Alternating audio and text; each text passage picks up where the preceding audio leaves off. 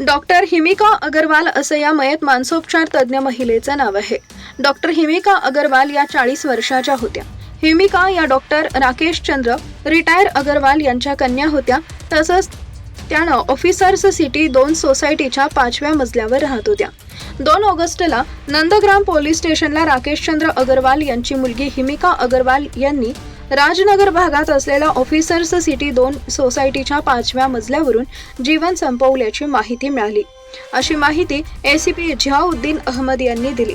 Doctor Himika यांचा मृतदेह ताब्यात घेण्यात आला असून पुढील कायदेशीर कारवाई सुरू असल्याचंही पोलिसांनी सांगितलंय. डॉक्टर हिमिका यांच्या कुटुंबानं दिलेल्या माहितीनुसार डॉक्टर हिमिका अगरवाल यांचा 1.5 वर्षापूर्वी घटस्फोट झाला होता. घटस्फोटानंतर त्या नैराश्य आणि मानसिक तणावात होत्या. हिमिका यांचे वडील डॉक्टर राकेश चंद्र हे गाझियाबादमधील प्रसिद्ध मानसोपचार तज्ज्ञ आहेत.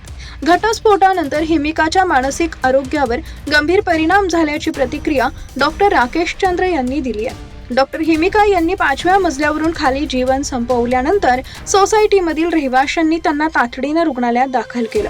पण रुग्णालयात पोहोचताच डॉक्टरांनी हिमिका यांना मृत घोषित केलं. पोलीस सध्या हिमिका यांनी असं पाऊल का उचललं याचा शोध घेत आहेत. पोलिसांनी अगरवाल कुटुंबाचा जबाब नोंदवला असून पुरावे गोळा करायचं काम सुरू आहे. पोलिसांना डॉक्टर हिमिका यांच्या घरातून कोणतंही पत्र मिळालेलं नाही. पोस्टमॉर्टम रिपोर्ट आल्यानंतरच पुढील कारवाई केली जाणार आहे.